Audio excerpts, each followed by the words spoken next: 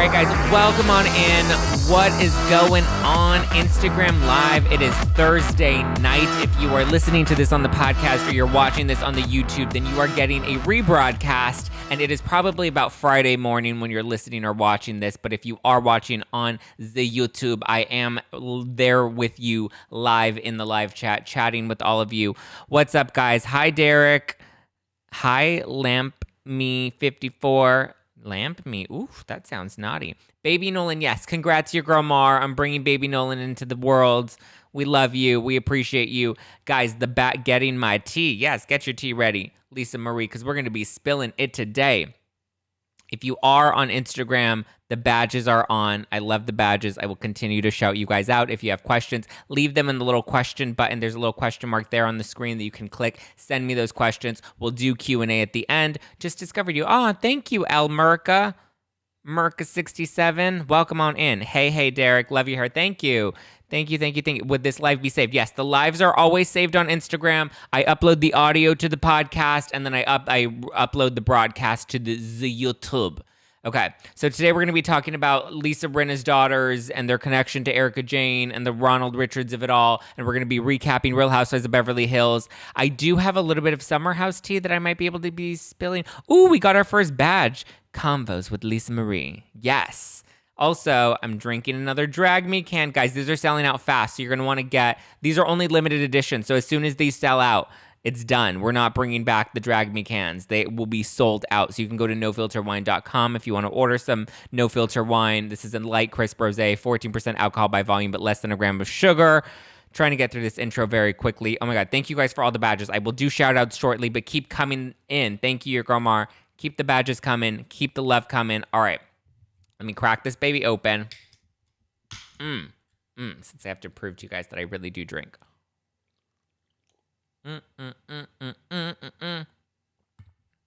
Okay, I know people hate when I drag out the intro, so let's dive into it.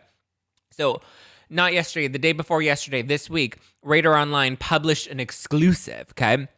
They published an exclusive basically implying that Erika Jayne spent $156,000 that she had spent on Lisa Rinna's daughters, Amelia and Delilah. They started a clothing line back in 2019. It wasn't like an actual company that they started. It was more of a like influencer collab that they did. It wasn't their company necessarily, but similar to like what Kendall and Kylie do with PacSun. They design clothes for a specific collection and then that's sold through PacSun. So then if I wanted to buy those clothes, I would go into PacSun, make the purchase, and then on my bank statement, it would likely say PacSun or a PacSun parent company.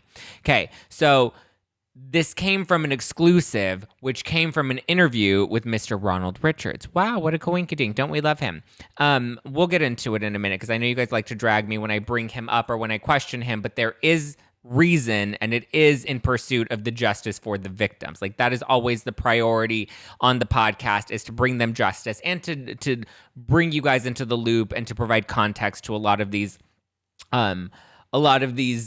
situations that are really, really complicated, and I spend all of the time, like Elle Woods, just kind of sifting through everything to break it down for you.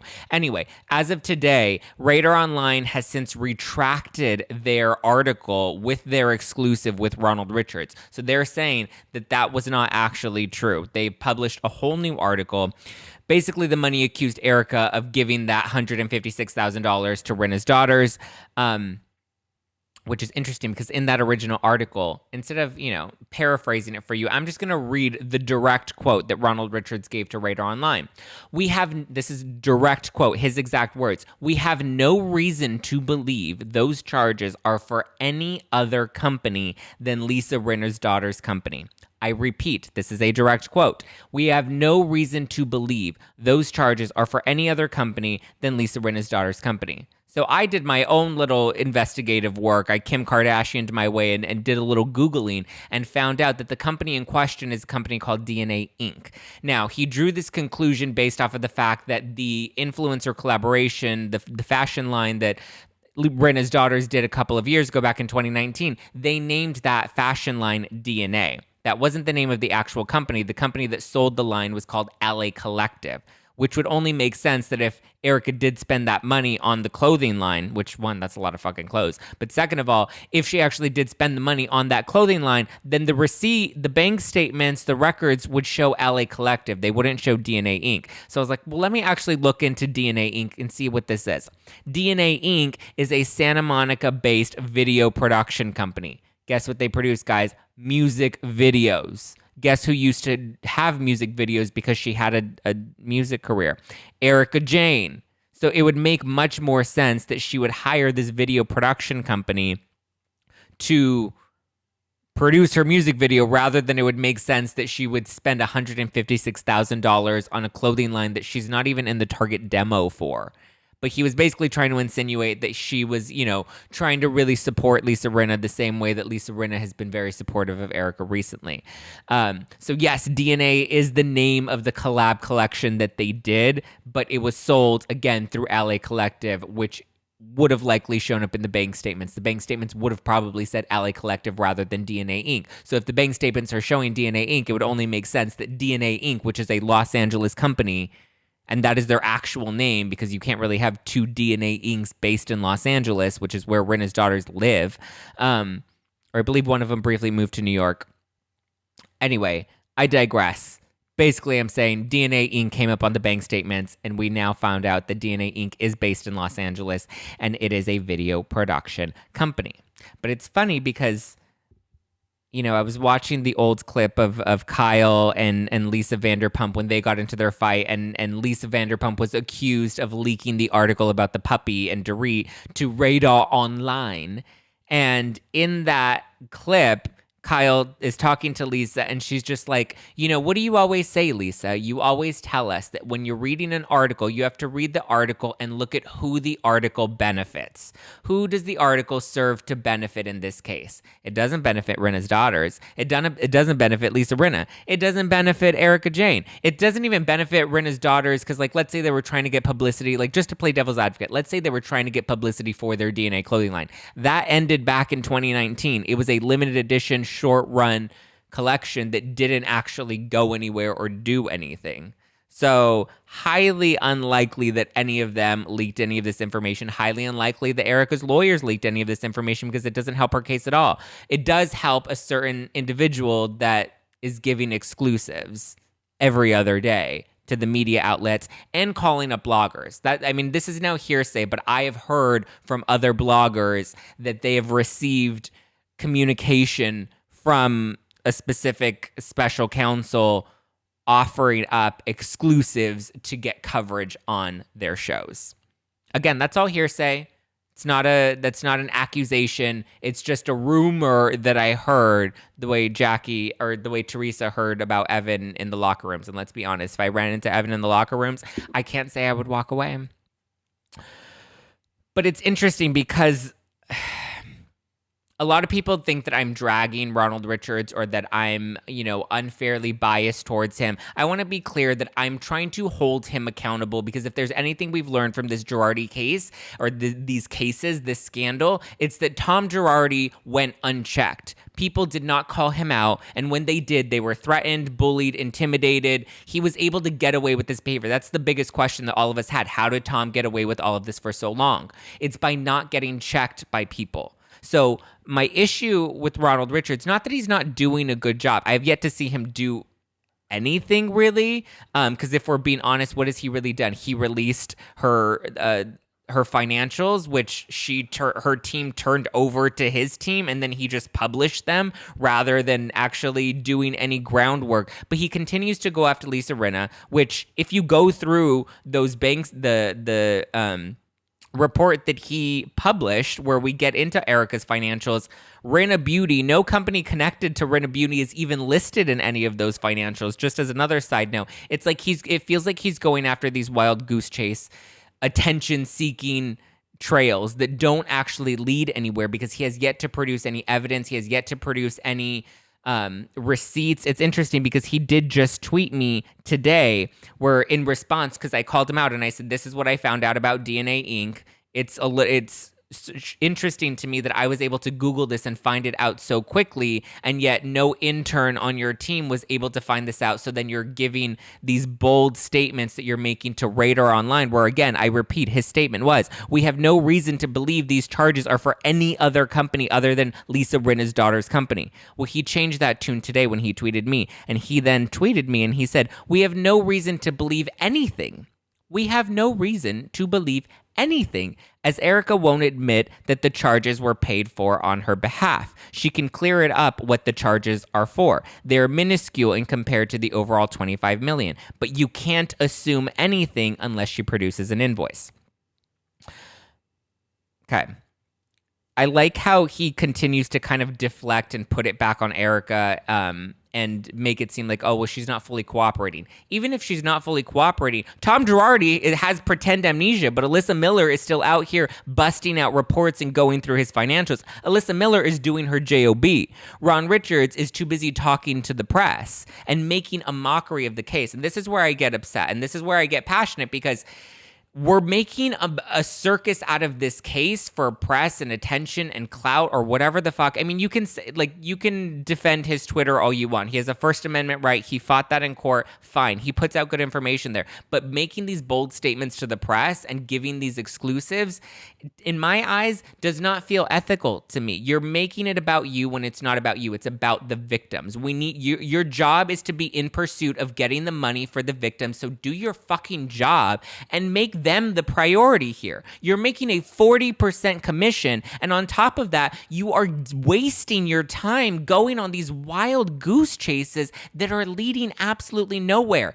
Guys, if we want to say that the victims are the priority, then we need to hold him accountable just as much as you want to hold Erika accountable. You want to rip Erika apart. Yes, it's easier for our culture to tear down women. Cool, got it. But you also have to realize his 40% commission, or any money that he makes off of this case, because he does make money, and yes, you're right, he's doing a job, he is entitled to money, but you have to realize where that source of money is coming from. That source of money is coming from the source of money that funded Erika Jayne's lifestyle. So if you want to be upset with her for spending that money is going out of her pocket and into Ronald Richards' pocket before it even goes to the victims. And not only that, the victims are at the back of the line. The banks and the lenders are at the front of the line to collect their money. So yes, we should be holding this man accountable, and we should be reprimanding him when he makes a mockery of these things. We should absolutely be doing that. Nobody checked Tom Girardi, and that's how he got away from it. So if somebody wants to be out here and say that they're fighting for the victims and that they're doing this to help the victims, then we should absolutely be holding them to the exact same standard. Because, like, it's ridiculous. Like, what? First, Erika invested in Rinna Beauty. There's no proof of that. There are no receipts. There's no link to that. Next, Erika invested into Rinna's daughter's clothing line from 2019 that was an influencer collab. Like, come on, what's going to be next? That Erika Jayne paid for Harry Hamlin's manicures? Like, now you're just like, you've got a hard-on for Lisa Rinna, and Lisa Rinna isn't serving the case at all. She's not. There's no money that you're going to find that Lisa Rinna has that you're going to bring back and put into your own pocket. Stop clout chasing. It's a game as old as time. You go after a celebrity that's going to get you attention and headlines, and you continue to ride their coattails because it gets you attention and headlines. It's total deflection. Like, come on, your new statement is that we have no reason to believe anything, but yet just the other day, you said you had no reason to believe anything but that the money went to Rinna's daughters. Like, come on, get your shit together. Do your fucking job. Do your job. Don't threaten to sue me. I don't want to hear from you in the DMs. Do not threaten to sue me. I have plenty of emails. I have voicemails with him demanding I have him back on my show, with him threatening to sue me for defamation. I'm sorry, but you fought for your First Amendment right in court to be on Twitter and to now make yourself a public figure. You're doing press every other week. You've arguably now become a public figure. I don't make any accusations. My job is to comment on pop culture news, and that's what I'm doing. I'm commenting. Yes, there is some speculation. That's part of my job. Yes, I am forming my own opinions. That is what this show is. I form my opinions. That's my job. Maybe you should do yours. Yes, I'm calling him out now. And yes, I'm going to get bold. And yes, I don't give a shit if you drag me in the comments anymore. I'm sick of it. This behavior is not tolerable, and it's not helping the victims. You can say I'm defending Erika all you want, but we're not helping the victims. And that's what the priority should be. Helping them, not feeding your own ego. All right. I think I got a little heat. I'm going to have a little sip of my rosé now. Oof, I see a lot of comments coming in. Speculation is part of his job too, it seems. I mean, yes, he can speculate, but like, give me facts, give me receipts, give me something. If he invested in Rinna Beauty, don't tell me he invested in Rinna Beauty until you have the receipt that the money went into Rinna Beauty. Show me the fucking receipt and we'll do it. Because guess what I did? I showed him the receipts of what DNA Inc. was. I looked into it. I found the company. I screenshotted it. I showed him the receipts of what DNA, the fashion collab was that the girls did in 2019. I showed them LA Collective, the company that sold the line. I deliver the receipts. Show me the money trail or don't speak about it. Alyssa Miller isn't out there doing the press interviews every other day. And guess what? Alyssa Miller is actually going through Tom Girardi's financials. He's literally has Alzheimer's and dementia and hiding and not revealing anything in court. You have nothing from Tom Girardi. Erika's at least willingly handed over her financial records. Go through them and do your job. Thank you very much. Okay, shall we talk about Real Housewives of Beverly Hills? He's just trying to clickbait. Yeah, he is just trying to clickbait. Where are the receipts at? Exactly, Bianca. Show me the receipts and I'll put some respect on your name. If he can show me that he has receipts or he has proof of something and he's willing to reveal that, I get he has to reveal it in court. But then if you have the case to make in court, then you don't need to be making a ruckus elsewhere. Make your case in court, and then you can come and do your whole press tour because then you're the holy savior that took down Tom Girardi. Cool, I'll give you that. I'll put the respect on your name. People forget I was one of the first podcasters to ever have him on my show throughout this whole scandal. All these other podcasters that have him on every other week now, and all these other bloggers and all these other press, like, they weren't asking him for interviews. I was one of the first people to offer that invite to him, and I pimped him out, and I kept telling people he was a great resource. Now I don't think he's a great resource. I'm disappointed in him because I believed in him, and now I'm disappointed. All right, shall we talk about Real Housewives of Beverly Hills? It sucks because he's taking the attention away from the actual case and making us not like him as much as Erika. You're right, and we shouldn't have an opinion of him, but we have an opinion of him because he's making himself a public figure. And here's the other thing. Don't try to threaten to sue me for defamation because you've now made yourself a public figure, and I've intentionally and repeatedly said my intention is not to drag your reputation or hurt your reputation or hurt your business. I said that repeatedly. My intention is to hold you accountable for the things that you've done. There's nothing different than what I'm doing publicly in comparison to what you're doing to Erika Jayne. You're trying to hold her accountable. I'm doing the same thing, homie. Let's play. All right. Let's talk about Real Housewives of Beverly Hills.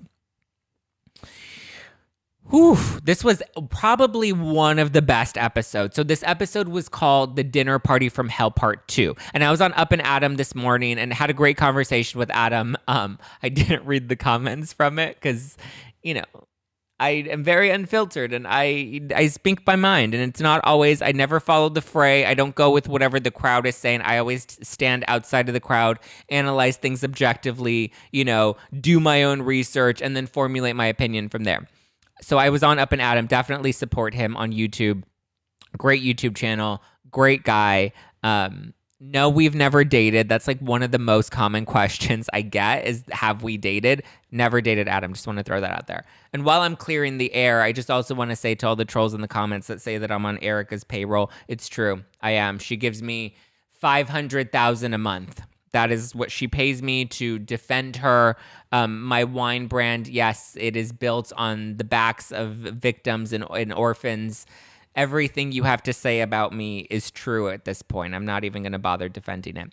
But yeah, definitely check out Up and Adam. I forgot why I brought that up. That was a reason I brought him up. But anyway, support him. And, obviously my rent gets paid by Erika Jayne and her sugar daddy. So, there you go. I swear to tell the truth, the whole truth, and nothing but the truth, Pat the Puss. Okay. Let's talk about Beverly Hills because this was a juicy episode. Oh, okay, that's why I was talking about it, because the episode is titled The Dinner Party from Hell Part 2, and people are like, well, what is The Dinner Party from Hell Part 2?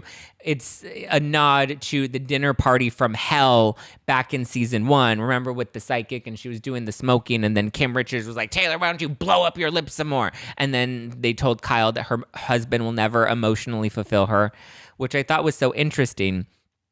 because we see Kyle and Mauricio all these years later celebrating their 25th wedding anniversary, which I thought was actually really sweet and nice. And I was like, maybe he does emotionally fulfill her. I mean, if he doesn't emotionally fulfill her, I hope he at least sexually fulfills her. I mean, I look at Mauricio and I'm like, he could probably sexually fulfill me. He just needs to, cut back a little on the weed before we hop into bed, because I want to make sure he can keep it up. Actually, I don't like long sex. I'd like it to be, fast, or not fast and furious, but like, let's get to the point, let's get to the objective, and then, I got things to do. I got research to do I have Ronald Richards' job to do. I have research to do. It's funny. I feel like at this point, the bankruptcy trustee should just hire me to do the investigating, since I do it every week on my podcast, except I don't care to gain 40% of blood money. I don't need that 40%. Okay, so let's talk about Kyle and Mauricio. They're celebrating their 25th wedding anniversary. It's really cute. He really went all out. I love that we have the scenes of him lighting the candles. I am actually just very happy with their relationship. I think they definitely are in love. I think he does emotionally fulfill her. And if he didn't before, he definitely does now. I think even when it comes to psychics and stuff, you can still change the fate. Once that information is brought to you, you can do things. You can work on your relationship even more, and diffuse that. I thought that was cute. Dureed's bridal collection. Now, you guys know I love me some Dureed. She's my fave. I love Dureed. I love her for her fake accent. I love her for her tacky Louis Vuitton, outfits. I love that she is an Instagram model and that's her job. I love her for all the things we want to hate her for.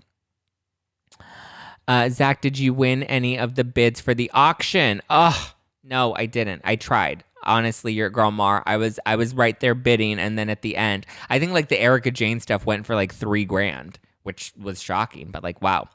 But Dureed's bridal collection, I think Dureed is just perfection for, everything that she is and everything that she isn't and everything that she pretends to be. I just love that she continues to the fake accent. We keep pushing it and we keep doing it and we keep living in it despite all the hatred people throw at her. Got to put respect on Dureed's name. Bridal collection I thought was cute. I don't know if it was necessarily a high-end bridal collection, but I thought it was very pretty. I remember seeing the photos on Instagram and they looked gorgeous. I don't think PK was the visionary that she was claiming that he was when he was naming the dresses, the pearl dress, and he's we should call it the pearl. And then there was the one inspired by an actress, and they were and he was we should call it the actress. And then there was the other one that didn't look much like a wedding dress, but it was his favorite, and he wanted Dorit to wear that, and he wanted to fantasize with it. It didn't look much like a wedding dress as much as it looked like a nice cocktail party dress or a charity gala dress. Cute. I don't know who's the target demo for Doreed's bridal collection, but you do you, boo. I definitely thought that bikini and beachwear were a lot more her vibe. I don't know. I feel it's really the bridal collection industry is just so niche that I'm not sure if there's actual money to be made in that. I don't know. I don't know who's buying. I don't know who the target audience is. I mean, obviously, I assume she had a team that really ran the numbers and found that this would be a profitable business for her. But I don't know. Then we get to see Sutton's new house, which I love kind of getting to see Sutton re-find her independence after her divorce. She started her business. We see her now moving into her own home.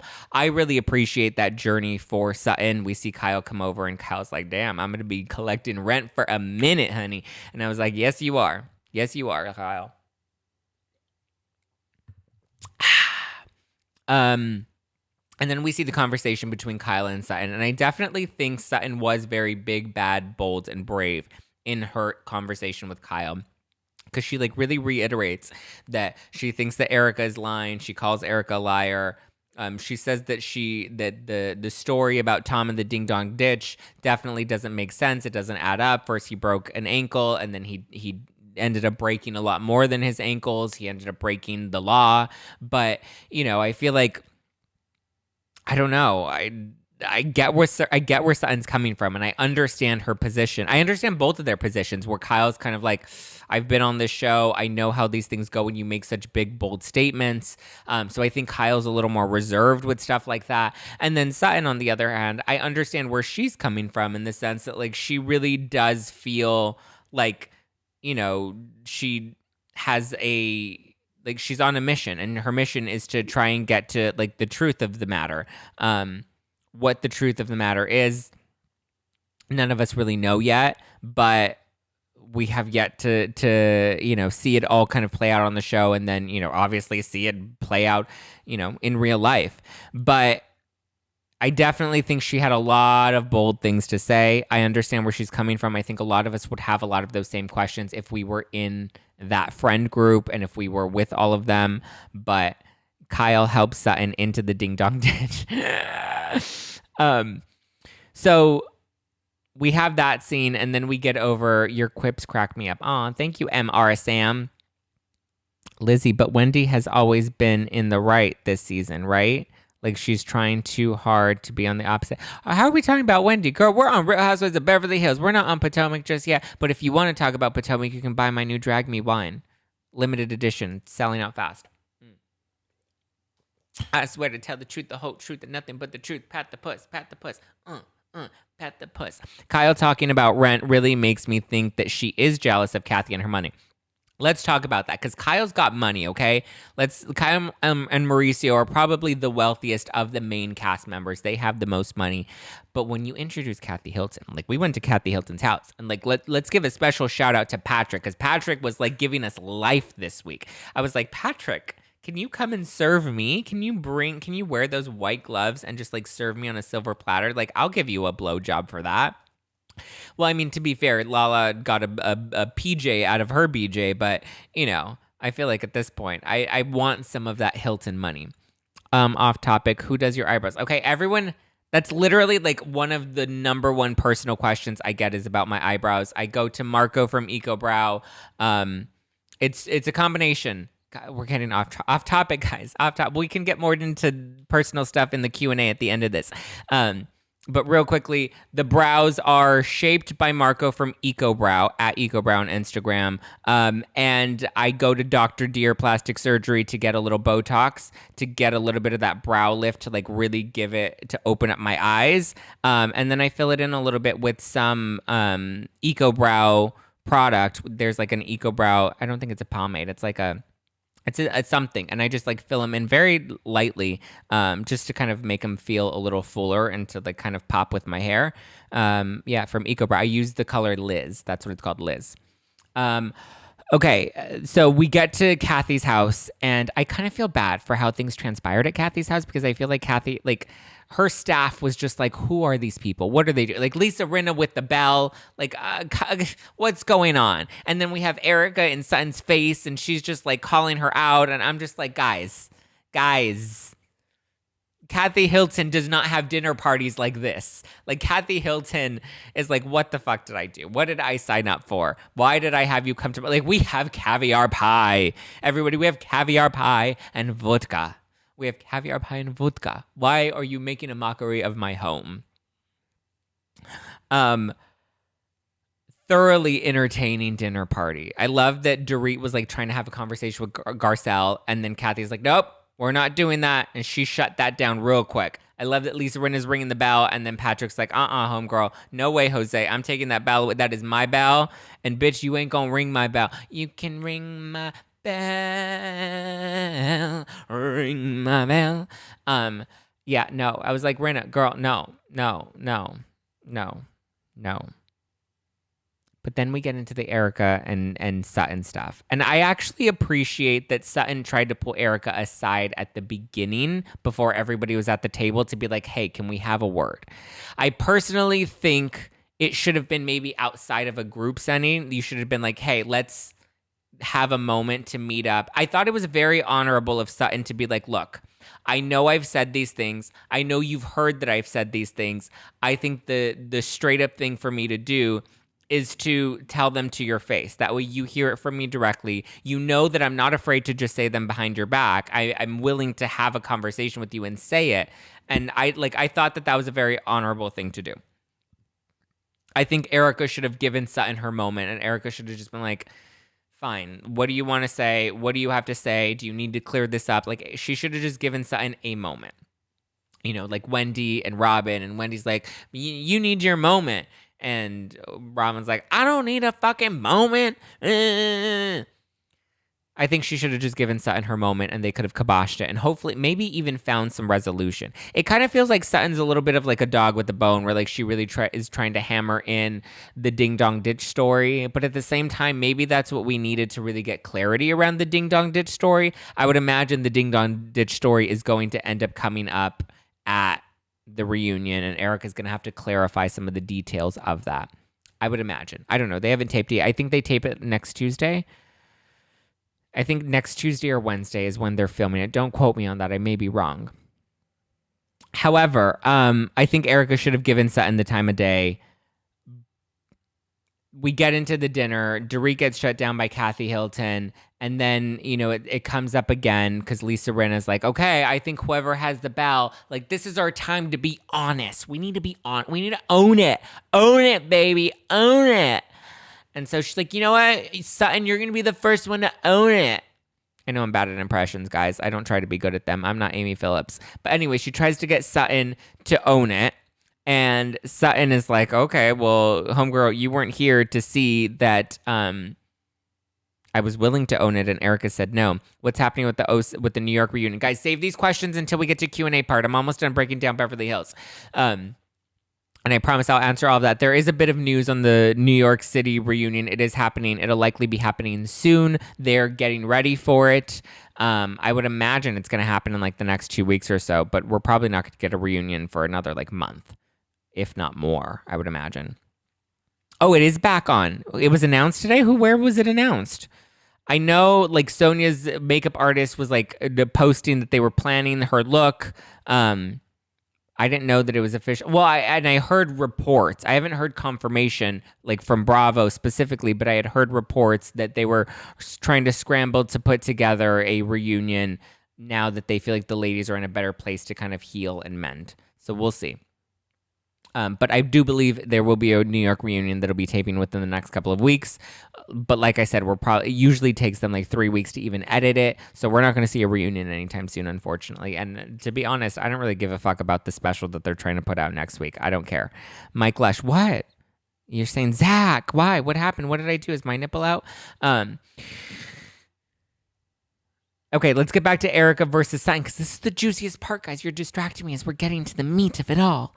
And then I promise I'll do bad shout outs shortly. And then we'll do questions and Q&A.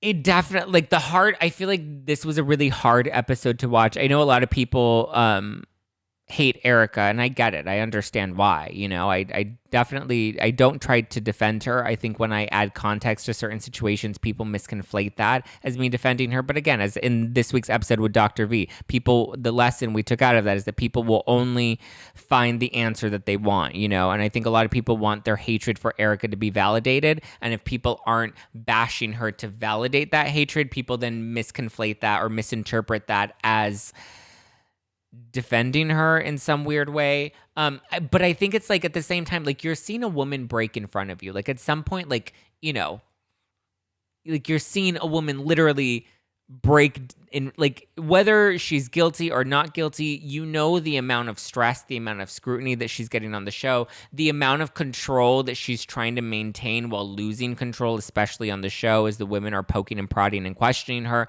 Like that's natural, you know, to be like, damn, she's really going through it. So and the other thing is like she could, like the tears could be genuine. It may not necessarily be that she's feeling bad for the victims, but she's feeling bad, you know. It may be that she's feeling bad for herself or the stress is just too much or whatever the case is. But what you're seeing is like a real raw reaction to what's going on the show and in her life.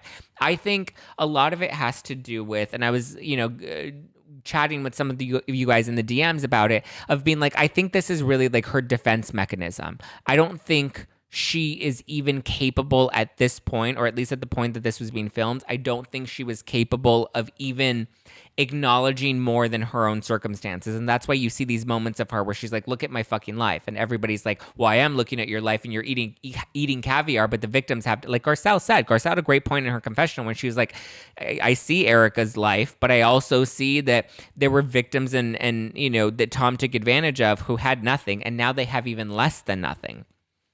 So I understand where Garcelle's coming from, but just, again, to give context, not to defend Erika, but to give context to the situation, I think what we're seeing in her right now is this kind of deflection and defense mechanism of being like, I can't even process the magnitude of what Tom did because I'm just trying to get out of bed and show up here and film right now. I'm just trying to get through my day because my world has exploded, and I don't even think she can get past the self-absorbed ego of realizing that it's not about her, that it's about a lot more than her, you know. But then if you think about it, if any of us were in that situation, I think we would also probably be acting very similarly, considering the fact that you're filming a reality show. You have these lawsuits that are coming out, not just about Tom, but about you now. They're coming after you and your money.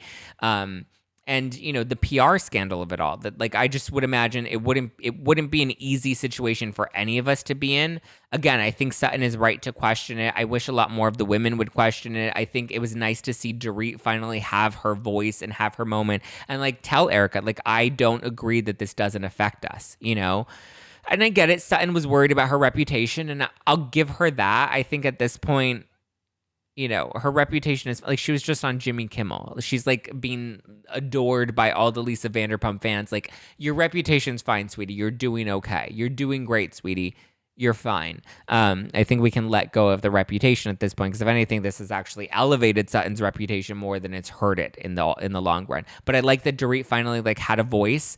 I think it's very easy when you're in a situation like the girls when they were all at Dorit's house in the meeting that Sutton did call, and we have to acknowledge, like, Sutton is spearheading this. Sutton did call the meeting. Sutton did speak to a lawyer. Sutton did have pages of notes. Sutton did have a lot of questions and came very prepared. Sutton should come on, should co-host my podcast with me with all the receipts homegirls got. But you have to, I think we forget that, like, when you're in a setting like that, when the person isn't actually in the room, but you're in a group and people are validating how you're feeling, it's easy to then everybody kind of jump on that and be like, yeah, I agree with that. Yeah, you're right. And then you pump everybody up and you get excited and you get all worked up about it.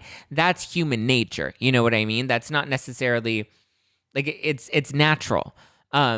So I think it's a lot harder to hold that same conviction when you actually are face to face with the person. And then when you see this person and they're literally crying in front of you, I think it makes it a little harder for people to be a little braver. And I think as much as we want to, like with me, I'm like, I keep it straight and I keep it real and I'm 100 and I'm unfiltered. But like, I think in certain instances, like if I were Sutton, I would probably tiptoe around Erika a little bit too, not because I'm afraid of her, but because you see this woman crying in front of you and you're just like, shit, am I really going to be the asshole that kicks a dog while they're down, you know? And again, that's not to not acknowledge the magnitude of the situation, but within the scope of the reality show, you know, you have to kind of acknowledge the circumstances. What did let's see, Brittany say? Her lawyers are probably not allowing her to address the victims yet. I mean, that too, like, we have to understand that there are so many other factors. Like, this is not black and white. Like, this case is 50 Shades of Gray. I mean, look at her Instagram account, 50 Shades of Gray. It's not a black and white case, guys. So I understand. It was, at the end of the day, I don't pick a side. I'm like, this was a great fucking episode of Real Housewives of Beverly Hills. This was a great piece of television, and I'm here for it. I'm here for it. I'm loving it. It's great. Boom. That's where I stand on it. It was a great fucking episode. Did Kyle throw Sutton under the bus? Yes. But at the same time, like, yes, I absolutely believe Sutton was thrown under the bus. I will acknowledge that. I will say that. And I firmly believe that. But at the same time, I also kind of understand Kyle's frustration because when Erika isn't around, Sutton very much is like, she's a liar. Her lawyers are feeding her information. Like, she's very bold when Erika's not around. And she doesn't have that same brazen personality when Erika's in the room. And again, you also have to acknowledge that when you're face to face with somebody, you're at a dinner party, like the circumstances, the setting, like it's all very different. You see Erika slowly start to cry and break down. Again, these circumstances like change things. If we were in Sutton's place, I'm pretty sure some of us would feel pretty bold when Erika wasn't around. And then when we see Erika and she's crying in front of us, it makes things a little bit tougher. You know what I mean? Like we have to fully acknowledge the scope of the circumstances. It's interesting though, because a lot of people have brought up, they're saying that like Sutton's uncomfortable being around Erika and Kyle. But in season 2, at the white party, Kyle kicked Russell and Taylor out of her house because of the situation with Camille. And they're like, how is it that Kyle would kick out Taylor, her friend, but yet here she is standing by Erika and, you know, kind of picking sides when it comes to Erika and Sutton. And I also have to remind people that, like, with the Russell situation, Russell was threatening to sue Camille and the cast. He sent them a cease and desist, and he was the one showing up to the party with Taylor. They came together. They walked into the party together. Camille was present, and Camille said, I'm not comfortable around them because they've threatened to sue me. I'm not comfortable being in the same party as Russell because he sent me this threatening cease and desist letter. So the circumstances are different. You know, Camille said that she was uncomfortable. None of the women on the cast have said they're uncomfortable going to a party with Erika. So there was never a need to not have Erika come into the room because nobody complained about having to be around Erika. In fact, everybody wanted to be around Erika so that they can question Erika. And not only that, but none of them are being affected in this legally. Press-wise, yes. So I understand Sutton's concern with her reputation. Like, they're being, and like Dureed said, they're being dragged into the press, and that's not a good look for them. I'm sure Bravo's even pissed that they're being dragged into the press. However, you know, none of them are being sued. None of them have received a cease and desist. So circumstances are just very different in comparison to Taylor and Russell and Erika. Erika hasn't legally threatened to sue anybody. There's no litigation against anybody on the cast. Erika, I mean, hasn't even been charged criminally yet, which also goes back to Ronald Richards because it's like, there are no criminal charges, which tells me, and we're almost a year into this? This all broke, in November of last year? We're now in September. We're 2 months away from reaching that 1 year mark, and no criminal charges have been filed. No inkling of anything is coming. Like, you know, at some point we have to be like, Okay, those is my thoughts. Q&A. What do you guys have to say? Let me know how you'll feel. Ooh, we have so many questions. Oh my God, we got it. Okay, let's do badge shout-outs, and then we'll do Q&A questions. Badge shout-outs. Wow, we have so many. Wow, we got 15 badges already. You guys, you're fucking amazing, and I love you. I love you. I love you. I love you. Convos with Lisa Marie, 2 badges. Yes, girl. Love you, because you were the one to give the first badges. MRSM, 3 badges. I love you, girl. I love you, MRSM. Blair, Blair, Blair, Blair, Blair, Blair, Blair, Blair, Blair. Oh, that's just my favorite handle. Blair, Blair, Blair. Love you, Blair. 3 badges. Your girl Mar, 2 badges. Oh, your girl Mar. Again, congrats on the baby. Everyone, if you're listening to this right now, send some love to your girl Mar. She just had her baby. She's in our lives every single week, except for the one day she had to give birth, and she's already back up in here with her newborn baby.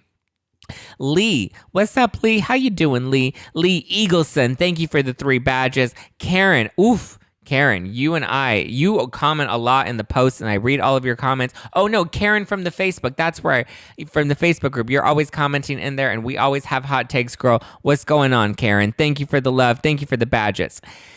Carl, or is it Caroline?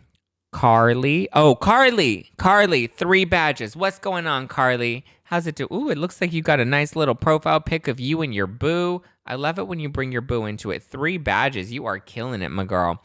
Jay Sutton, 40. 1 badge. I love it. Jay Sutton, are you Team Sutton? Is that why you have Sutton in your name, in your handle, or is that just your real name?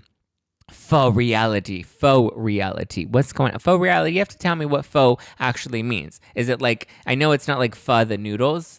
So you have to explain to me what that handle actually means. But thank you for the 3 badges, boo. Crystal5580. We have to give Crystal a shout out too, because Crystal does our live book club, our Bravo book club that goes live every Tuesday nights here on Instagram.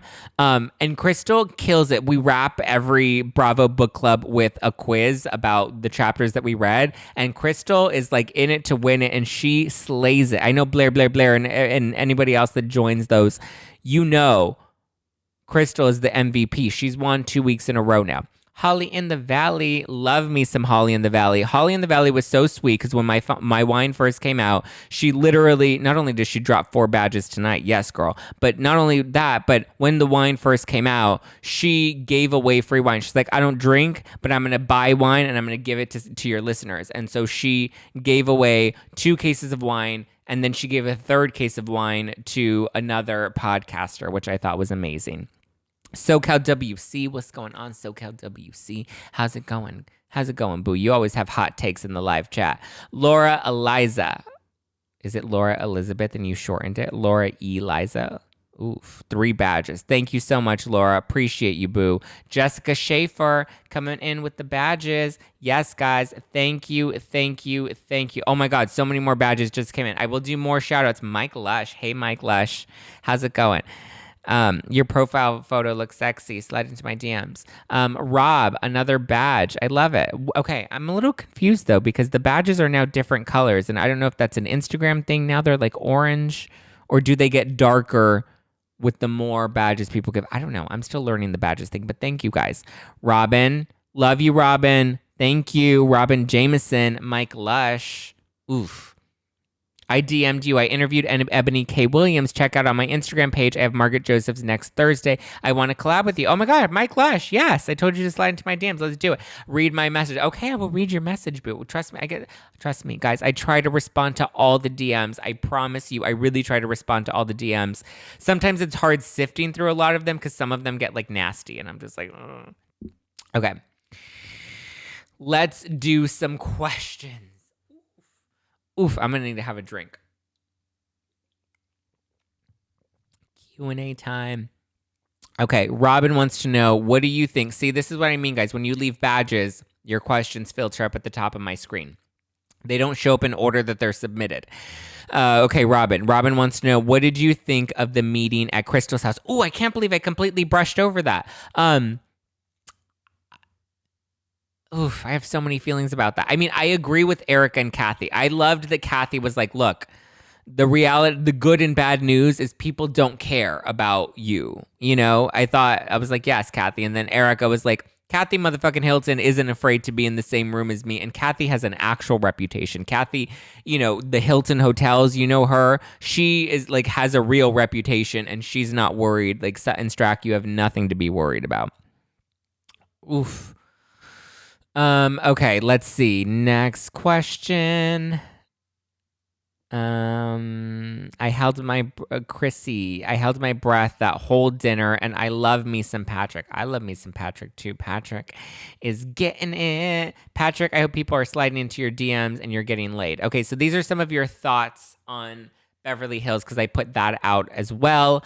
Let's see. Junie said, I'm laughing at Lisa quoting the Bible. I mean, come on, that was a little ironic, right? Susie says it was something else. Wow, just wow, just wow. I agree. That episode was nutsos. God, I have so many in here. Disturbing on so many levels. I agree with you. The episode was wild. Okay, so many thoughts about Beverly Hills. Chris Ochoa, Erika is playing the victim, but yet bullying Sutton and Dureed. I think I talked about this on Up and Adam this morning. I don't think she's playing the victim as much as she genuinely in her head believes that she's the victim. I don't know if she's like trying, like a lot of people are like, oh, you know, she's a bad actress or she's a good actress and she should get an Emmy.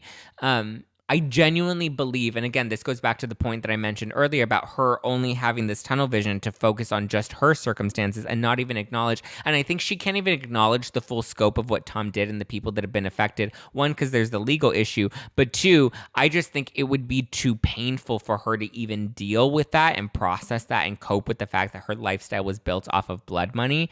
But in terms of playing the victim, I think she genuinely believes that she is the victim. I don't think she's trying to play that role. I think she truly in her heart believes that. And there is that element of delusion and there is that self-absorbed nature that's kind of feeding into that.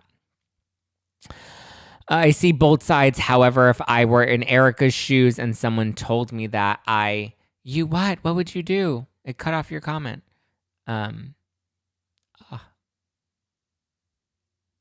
Okay. I guess we don't have that comment. Sutton and Garcelle are mean girls. Everybody loves to like throw out the mean girls term every season. I don't know if people are actually mean girls as much as they're all just doing their job. Yeah, I know that's not a great answer, but that's kind of the real answer, the true Hollywood story. Okay. Like I said, guys, when you write really long questions, they come up really, really tiny. Okay, Lisa Marie, have you heard if the courts officially asked Bravo to hand over the tapes? I heard something about it today. Okay. This is another Ronald Richards thing. And I know he doesn't like me to call him Ronald McDonald, and I've respected that. I respect that. Like, he doesn't want me to call him out of his name. But I will say, stop behaving like a clown. That is one thing that he revealed. So it's interesting because he said a few different things. On my podcast, on Heather McDonald's podcast, Juicy Scoop, he said that whatever Erika says on the show isn't necessarily admissible. It's all hearsay. I've heard several other legal analysts say the same thing, that whatever she reveals on the show, whatever she reveals in the book, that can't necessarily be held against her in court because it is hearsay. What really matters is what she says under oath. The only thing they can really use her statements against her with are to like malign her character if at some point she is on the stand. I don't believe we'll ever see her be on the stand in a criminal case regarding this because, again, she didn't work for Girardi Keese and there's no real connection to prove that she had a hand in this. We have proof that Tom was the one that orchestrated all of this. So in regards to Bravo having to turn over the footage, I know Ronald Richards sent a letter telling Bravo basically and telling the production company. The letter didn't do anything other than say, hey, in the event that I'm going to need this footage down the line, I need you guys to just make sure you don't delete or get rid of any of the footage. Why they would delete or get rid of any of the footage is kind of beyond me, but that's all the letter was basically saying, hey, in the event, not that it's now, but in the event that I need any of that footage, make sure you have it handy and ready for me. Make sure it's chilled on ice. As far as I know, they have yet to request the footage. And again, as far as I know, they don't need the footage. Like at this point, I mean, I wouldn't see a reason that they would need the footage because, like I said, he's revealed this himself. There's nothing that she would say on the show that they could necessarily use against her in court necessarily because, again, that's all hearsay. What matters is what is sworn under oath if and when she's on the stand or whatever her lawyer submits as her testimony. If she testifies on anything, that's what can be used against her because at that point she is under oath. She can lie and say whatever she wants on the show. You can listen to my interview with Ronald Richards back from March. He says that himself. More direct quotes from Ronald Richards. Go and listen to that episode. It's on the YouTube. It's on the podcast. As far as I know, they haven't subpoenaed that footage. As far as I'm aware, that footage has not been requested. Convos with Lisa Marie. Okay, makes sense. See, my friend told me that, and I was like, let me verify with Zack. That's the thing. And like, this is the other thing, because like, there was somebody in the DMs today too who was telling me, he's like, oh, I don't believe Erika because she says that she didn't see the $20 million go into her bank account, and I just don't believe that you wouldn't see $20 million go into your bank account. And I was like, okay, well, we have to break this down a few different ways. One, we have to understand that $25 million was an accumulation of money over time. Does that matter in terms of what she's going to have to pay back? Maybe, maybe not. We'll find out in next week's episode. I have a really good interview that I have booked for next week, for next Wednesday, so stay tuned on that one. I have Alyssa Miller, who's the bankruptcy attorney. I have her former partner that's going to be coming on my podcast and breaking down the bankruptcy, what Chapter 7 bankruptcy is, and where Erika stands and what she could possibly do moving forward. We will get to the Vanderpump Rules trailer shortly, but I just want to clarify the $25 million. So it is $25 million, but it is an accumulation of $25 million over the course of 12 years, which is the report that Ronald Richards released with all the different money that went to these different companies, which again wasn't really his work. It was more of Erika turning it over and him publishing what they turned over. However, yes, it was over the course of 12 years, and it wasn't direct deposits. It wasn't transfers of money from Girardi Keese's money to EJ Global's money. It was expenses that he paid on behalf of EJ Global. So basically, Erika and Tom had personal Amex cards. And so Erika was out spending a personal Amex card, not a Girardi Keese card and not a EJ Global card, but a personal American Express card with her name on it. She would go out, rack up all these bills in glam, in music videos, and all. Like, she would rack up all of this in clothes, in shoes, in jewelry. Or I guess he spent the jewelry because she said she never bought herself jewelry. He told her that was his job. But she would basically spend all of this money on her Amex card and then be like, okay, Tom, here's my Amex bill. And Tom was then using company funds to pay for those Amex bills on top of other expenses. So Erika arguably it's possible that she didn't know that he was using company money to pay for her personal Amex, because at the end of the day, he was the one paying the bills. So that's where the $25 million came from. It came from expenses, not direct deposit transfers. So when, you see the news and the media reporting and they're like, oh, he made a $25 million transfer to Erika, he gave her that lump sum money. It wasn't a lump sum. It was an accumulation over 12 years, and it was paid expenses, which is what Ronald tweeted himself about, saying that it was value given. I don't remember the exact term he used, but it was something about, it was the value that was provided to EJ Global, not necessarily money that was being transferred. So no, she wouldn't have seen bank transfers into EJ Global's bank account because they didn't exist. She would just send the invoices over to Tom, and Tom would pay them. Value received. Yes, that's correct, Crystal. It was value received. That's the term. The bills probably went to the fork and she never even saw them. Yeah. Or they went to him. Like, I'm sure she said all the invoices that came in, she's like, send them to the boss. That's what she referred to Tom as, the boss. So she's like, send the bills to the boss, and boom. Yes, you're right, Houston Tex girl. It was not a 25 million drop in the bank, which I think is what gets, confused and misconflated. Rescued Boris. Thank you so much, Rescued Boris, for the 3 badges. Jessica Schaefer coming back in with more badges. She just dropped another badge. Thank you so much. Guys, thank you. I love you. I appreciate you. You guys are the bomb.com. 23 badges tonight. Wow. I really, really appreciate this. Just because, the badges help. I don't charge for these Instagram lives. I kind of just do them because they're fun, and we don't get to really talk to each other during the Monday and Wednesday episodes on the podcast. So this gives us an opportunity to have a dialogue and to do a Q&A and to just kind of connect on, this level and have a drink and get Liddy City and just have a fun night together. So thank you. I really appreciate it. It, makes the time worth it. Again, I never give my Venmo. I never ask people for donations. I don't have a Patreon where I ask you for monthly subscriptions. Even the wine, I don't even make a ton of money off of wine. If anybody knows the alcohol business, there isn't a ton of money in it, but I created this so that we had a product that we can share, that we can drink together and enjoy together. It's more of something that we can have and enjoy and appreciate together, as it's Housewives inspired, more than it is me trying to make any money. So even the people in the comments are like, you should donate the money you make off of the wine because you built your name off of the Girardi case. It's like, first of all, sweetie, I was around and my podcast was around a lot longer than Tom Girardi's scandal, and it'll be around a lot longer. Oh, trust me, Ronald Richards does watch because he always blows up my DMs after I talk about him in an episode. Can you answer my question? I'd love to know your opinion. Oh, can you please repeat your question? I'm sorry. I don't think I caught your question. The comments and stuff come in so quickly. And like I said, unless you guys are buying badges, your comments and your questions don't get filtered to the top of my screen. And there are a lot of them. So I am not able to always sift through them. So if I do miss one of your questions, please just repost it. Blayeder, B-L-A-Yadger. RD, please just re-ask your question and I promise I will answer it. Love that you're not biased in your views. I try not to be. And I love when you guys hold me accountable. Like, there were a couple of moments where you were like, it feels like you're being a little hard and biased towards Ronald Richards. And I and I was like, okay, let me backpedal, or not backpedal, but let me tone it down a little bit. And then now I reached a point where seeing this Radar online and seeing them retract the article and seeing the statements that he made and the quotes that he's given, that to me just kind of, took it to a new level.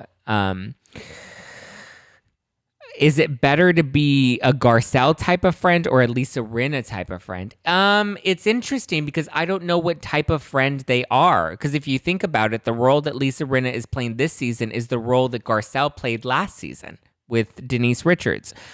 she didn't ask questions. She didn't care if it was true or not. She was very much in the sense that, like, Denise is my friend and I'm supposed to believe Denise, and that's all that matters to me is what my friend is telling me. The word that my friend is giving me is what I'm taking at face value. We come into this season and she was very hard on Lisa Rinna about being how, like, you weren't a friend. You questioned her. You shouldn't have questioned her while being her friend. It wasn't your job to question her. Your job was to be there for her.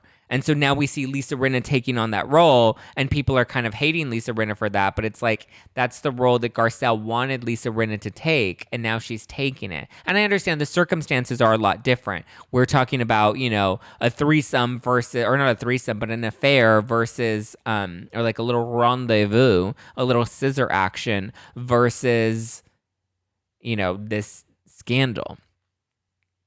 Derek Cooper, could the drama affect Erika's future on the show? Yes, but I think in a good way. You know, I think it's only going to continue to keep her on the show the same way it kept Teresa on the show, because it, you know, people are interested. People want to tune in to see how this all plays out.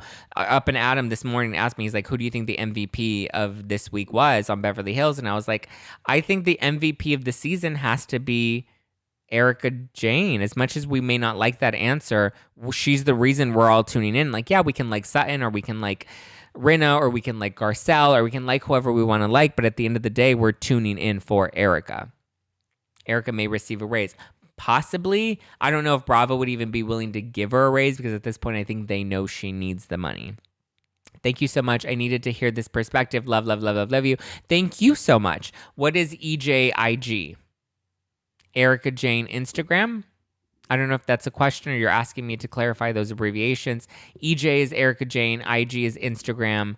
Her Instagram is The Pretty Mess, I believe, or Pretty Mess. It's either The Pretty Mess or Pretty Mess. They must have record viewers this year. I believe the viewers are pretty good. Wow, Blair and Jessica, thank you guys so much. You did not have to give additional badges because you already gave badges, but you continue to be some of my biggest supporters, and I really appreciate you. If I could chug a wine or I could flash a nipple for you, I would, but like we realized, Instagram got mad at me for doing that last time. But, you know, I've never been one to follow the rules.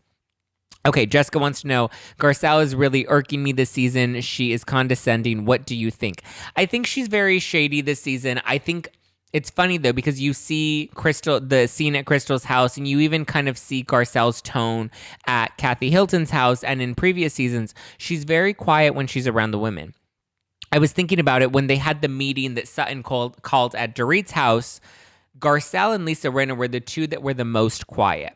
So when you see Garcelle kind of not really say much in front of the other women, but in her confessionals, she's very shady. That's where I'm kind of like, I like it. I live for shade. Lord knows I throw plenty of shade myself. But I do think there's a bit of a double standard there. Combos with Lisa Marie. Thank you for buying another badge, my love. I love this cast. And RSM, I agree with you. Best fucking cast. What the heck happened with Roni? Why did they almost not have a reunion? What did I miss? I think there was a lot of behind-the-scenes contention. There were rumors that Ramona was being fired and that she was holding out on filming the reunion. I don't know if that's necessarily true, only because the Ramona fired rumors have happened for several seasons now. At least the last 3 seasons, we've heard rumors of Ramona being fired, so I don't think this season was anything new, and I don't think Ramona was letting it affect her very much. We also saw her very close to Andy Cohen when she did Watch What Happens Live. So I think there was just behind-the-scenes, like, just tension between the cast overall. I think that was behind the scenes between the cast and production. So I think it was just a shit show behind the scenes that there was no way they could execute a good reunion without it looking bad, especially considering the topic of discussion this season, that I'm sure Bravo wants to approach the topics with, you know, the due respect that it needs without causing controversy. So I think handling it and how to handle it was definitely part of that, why they factored that in. I believe New York is going to be taping a reunion in the next couple of weeks. I agree this season of Beverly Hills has the best cast that it's had since probably its first couple of seasons. This cast is great. There's nobody on the cast that I hate. I like them all. I think they all bring something very different. Who has the best boobs on New York? Ooh, I think Leah has the best boobs on New York, to be honest with you. When they were bouncing around their boobs, like Leah's boobs just looked like perfection. I don't know if they're real. I think they're fake, right? I think they're fake boobs. They're great boobs, by the way. Let's see. What else? Chug a wine for me since I may have. Oh, I'm so sorry to hear that you might be sick. But I will chug a wine for you, but I will do it off. Well, actually, no, Instagram, that is bad. I do not encourage bad behavior. So if I do happen to do anything that's dangerous or harmful to myself, i.e. chug any kind of wine, it may happen at another time. Do you think Gisele should be fired from Potomac? No, I don't think Gisele should be fired. I think she brings a lot to the show. I miss Bethany and Dorinda. I miss the days of Bethany and Dorinda. I think season 10 was one of Roni's strongest seasons. Any other questions before we close out this show? You have 20 sports. Aw, thank you, Elizabeth, for another badge. You guys are so sweet. Thank you so much. We have 26 supporters. Wow. Thank you guys so much. Like I said, this means a lot to me because you are supporting the podcast in this way, and I'm very, very grateful. All right, guys, any final closing thoughts, questions, comments? Will Kathy be an official cast member next season? I hope not, only because I think she's a great friend of, but I think we would ruin her and tarnish her if we made her a full-time. Aw, thank you, Nobu. No buena chica. Love it. No buena chica. Get it, girl. Reunion was on hold because of Ebony and The View. Really? What about Ebony and The View? I know she's guesting on The View and she's trying to gun a spot on The View. She's like coming for that spot. Ebony and The View. Yeah, I know she's trying to get a spot on The View. I don't necessarily. Oh, Vanderpump Rules trailer. Yes. I thought it was good. I thought it was strange that we don't address anything. We don't address any of the Stassi, Kristen, Jack's firings. We don't address that they're gone at all. I'm pretty sure that'll be addressed in the first couple of episodes, but I just thought it was strange that the trailer was genuinely just like, oh, this is just our next season, and we weren't dead for an entire year. So I thought that was strange. I thought it was a good trailer. It looks like it's going to be a juicy scene. I don't think they gave us very much, but they kind of teased a lot. So I'm curious to see how it all plays out because they tease a lot of the drama. But yeah, I'm going to miss Stassi and Kristen and Jackson. I know they're, not popular on the show, but like, I thought that they were all. Here's the thing with reality TV and with a show like Vanderpump Rules.